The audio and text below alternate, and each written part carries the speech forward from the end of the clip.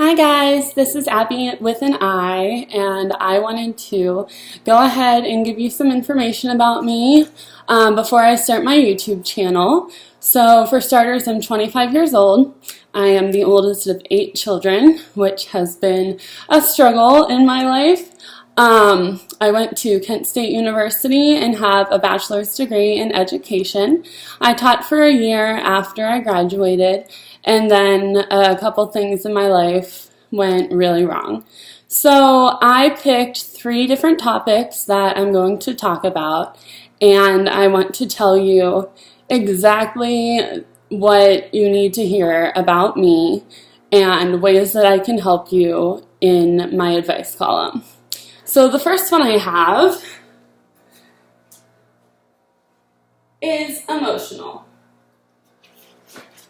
I am a very emotional person. I've been this way my entire life, and I found out when I was 21 years old that I had bipolar disorder, which really goes into effect with my emotions. I've cried a lot over the years over really stupid things, and people have always told me that I'm really too emotional, but to be honest with you, I don't see it as a bad thing. I see it as just part of who I am and part of the struggles I've gone through. Along with bipolar disorder, I have major depressive disorder and generalized anxiety disorder and PTSD, which is something I'll get to later. In my lifetime, I've really struggled with finding ways to deal with my emotions, and I've spent some time in psychiatric institutes where I've learned a lot of coping skills. And it's not something that I'm ashamed of at all. It's something that I'm really proud of. I've met some really amazing people there who have helped me along my journey, and I've seen some things that you never would want to see in your life. So being emotional, it's just one thing about me, and I really don't mind it, and I hope other people don't mind it either. If you do struggle with your emotions, you should really check out some coping skills. One of the coping skills that I used to use was cutting. And obviously, that is not a good coping skill to use. So when I was a freshman in college, I went through some things and I started cutting. It took me a couple of years to get out of it, but I'm really proud that I did. And I'm really proud of the progress I've made in my life with my emotions and with my bipolar disorder. I'm properly medicated, and that is something that's very important when you're dealing with mental illness. So if you have any questions about that, that is something that I am very educated on, and I would love to help you through that time in your life. So the second one that I'm going to talk about is something that a lot of women and young girls struggle with. And that is being plus size. I'm a plus size girl. I wear a 2X or a 16, 18, 20 in dresses, in pants, all that kind of stuff. And at first it really bothered me because my entire life I was told that I was too big and I needed to lose weight. And people who told me that were my relatives. And I still have relatives to this day that tell me that I need to lose weight, I need to exercise, I need to eat healthy. And those are things that I am trying to do with my life. But at the same time, being plus size doesn't bother me. I wear clothes that I'm comfortable in, such as this kind of crop top. And I think women who struggle with plus size don't need to be ashamed of what they wear. Go out, wear a crop top, wear short shorts, wear something you're comfortable in. Who cares what people think? I think it's really important that you're comfortable in your own body, and if you're not, then go ahead and do something about it. But if you don't want to do something about it, you don't have to. It's part of who you are and part of what you deal with every day. And if people have the nerve to say something to you about it, well, just forget them, bleep them. They don't mean anything to you. You are a person and you can do whatever you want with your life. Being plus size is a stigma that a lot of people in this world today say is not a good thing. But to be honest with you, I'm comfortable in my body. I do work out, I do eat healthy. Tried the keto diet for a little bit there, and no, it wasn't something I really stuck with, but it's something I'm willing to try again. However, it's not a big deal to me. It doesn't bother me. It's part of who I am, and I'm going to wear whatever I want to wear, no matter what anyone has to say. Obviously, unless I'm going to church, then I should probably cover up a little bit. But it's just part of me, and it's part of a lot of women. And if it's something you struggle with, I would really recommend that you reach out to me on that. So the third one that I'm going to talk about is something that I've been dealing with this past year in my life. And that word for me is survivor. Because I am a survivor of a heroin overdose. Last year on April 7th, God woke me up on the couch of someone who I thought was my best friend. And I woke up and I saw her walk out the door for work. She smiled at me, and that's the last time that she ever smiled at me. I sat up on the couch and instantly knew something was wrong with my right arm. And let's just get this straight. I've been right-handed my entire life. I'm right dominant, and it's just part of who I am and who I was. But it isn't part of me anymore. So I sat up on the couch, felt something wrong with my right arm, stood up to go to the bathroom, and instantly fell to the floor. My right leg wasn't working either, because when I overdosed, I was out for 20 hours on this couch, and I laid on the right side of my body and cut off my circulation. I sat there for 5 hours.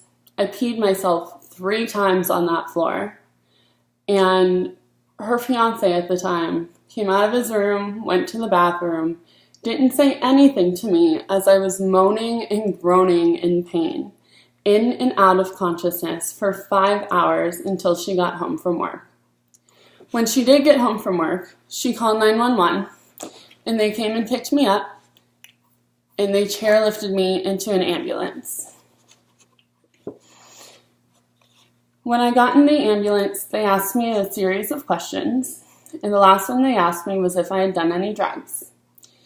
I responded no at first, because I didn't remember. But then I said, I did heroin yesterday. And they kind of looked at each other and nodded. When I got to the hospital, they rushed me into surgery on my right arm. And I didn't wake up until 7 or 8 o'clock that night in a hospital bed with my arm wrapped, connected to a tube that was taking out some of the muscle tissue that was dead in my arm. When I passed out and cut off my circulation, I developed something called compartment syndrome. A lot of people don't know what compartment syndrome is, and that is when the muscle tissue in your arm dies because the fascia in your arm basically explodes around it. I was in that hospital for 2 weeks. They did 5 surgeries on my arm, 5 fasciotomies, and they usually amputate the limb after 2 surgeries. I'm very lucky that I still have my arm and my hand, because a lot of people don't get that opportunity. After I left the hospital, I came back home to my family, who unfortunately was very ashamed of me because of the huge mistake that I made. And I completely understand where they were coming from, because I made a mistake.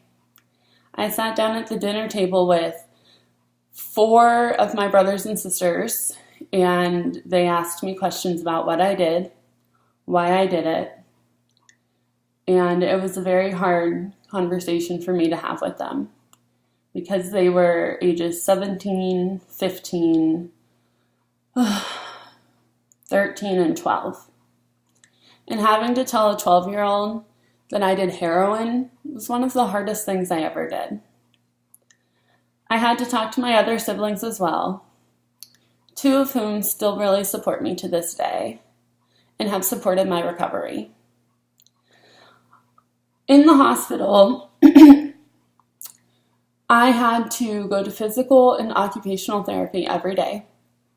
My right leg didn't work for a while there. I had to learn to re-walk again, like a toddler. And I lost complete function in my right arm and my right hand. To this day, I've learned to walk. I have a complete leg that works. My foot's still a little bit numb sometimes, but I got there. However, through occupational therapy, I learned how to rebend my elbow, stretch out my arm, but unfortunately, I still lacked function in my right hand. I don't know what people are going to think of this, but I'm going to show you exactly what I've been dealing with for the past year. I have this scar on my arm from all of the surgeries I've been through. It was really rough, and I understand how hard it was for my brothers and sisters to even look at it. Because, yeah, it's kind of gross and very embarrassing for other people to see. I went through this past year thinking that I shouldn't have woken up from my overdose, that I should have just died because I didn't feel like I had a purpose. I didn't know what I was going to do with my life. I really suffered from suicidal thoughts for a while there, and like I said, I was in the psychiatric ward for quite a bit, and I actually saw someone try to commit suicide. And as I sat there in a room with a group full of people trying to watch the police open this girl's door, I realized how precious my life really was. And I realized that suicide is not the answer. No matter what you're going through, whether it's a mental health crisis, whether it's because someone makes fun of how big you are, whether it's because you tried heroin once, which is exactly what I did. And I know there's a stigma out there that people say when you do heroin, you're automatically addicted. And I just want to say that for me, that is not true at all. I don't think I would ever do heroin again. I snorted it. I didn't inject it. I know people look at my scar and think that that has something to do with it. And I know that people looked at my scar and thought that it was self-inflicted, and that I tried to kill myself that way. But that's not what I did at all. I am a survivor of a heroin overdose, and I am a survivor in my life because I chose to continue on. I chose to get the help that I needed. I chose to be properly medicated, and that's where my PTSD comes in. When I hear about celebrities, friends, people on Facebook overdosing, it really triggers me. Mainly because when people do overdose, they either die or they wake up fine and continue on with their lives. But not me. I woke up with a major disability. My right hand looks like a claw all the time, and it has for the past year. I've burnt my fingers because I can't feel them. And it's been a really rough journey to get through. But I've done it. I'm here. I'm a survivor. And I think that people who go through overdoses really need to think about how precious it is that they're still alive. They really need to think of how important they are because God woke them up. Whether you believe in God or not, whether you pray to Allah or to Thor, whoever, you have a purpose, and that is why you're still here. I am a survivor. That is the main thing about me. I've made it this far in my life. I have slept on the couch in my parents' game room for the past year. And to be honest with you, it doesn't bother me as much as it used to. I used to feel like they were so ashamed of me that they didn't want to give me a bedroom. They didn't want to give me the things that I needed. But they gave me a roof over my head. They've fed me food. They've given me rides to and from my doctor's offices. And it's been a really huge struggle, especially for my mom, who I'm really thankful for, and my dad, who has really supported me through all of this. I found myself a surgeon back in November. I had a nerve test done on my arm where they told me that there was maybe a 2% chance of getting function in my hand back. And think about that. 2% chance. That's nothing. That's nothing at all. And they sent me to a nerve specialist. At first, he didn't think there was anything he can do. And I saw him a couple of months later, and he was really impressed with the progress I was making in occupational therapy. He asked me to come back in a month, and on March 20th, I scheduled a surgery for a tendon transfer and scar tissue removal. He went into my arm, he removed all of the scar tissue, and he did a tendon transfer. Now I'm hopeful that through more occupational therapy, I can get function back in my hand. There's a lot that I couldn't do before that I can now, and I'm really proud of myself for how far I've come. But that's just a couple things about me. Please subscribe to my channel and reach out to others who are struggling and write to me at my email, dear.abbi.with.an.i @gmail.com. I'd be happy to give you advice on any topic, and that's what I'm here for. Thanks for listening, and I really hope to hear from you soon. When I do get some of your messages, I will most likely be responding via my YouTube channel, just so that you can see exactly what I have to say, because sometimes writing words doesn't really get across to people. But I'm here, I'm emotional, I'm plus size, and I'm a survivor. Thanks for listening.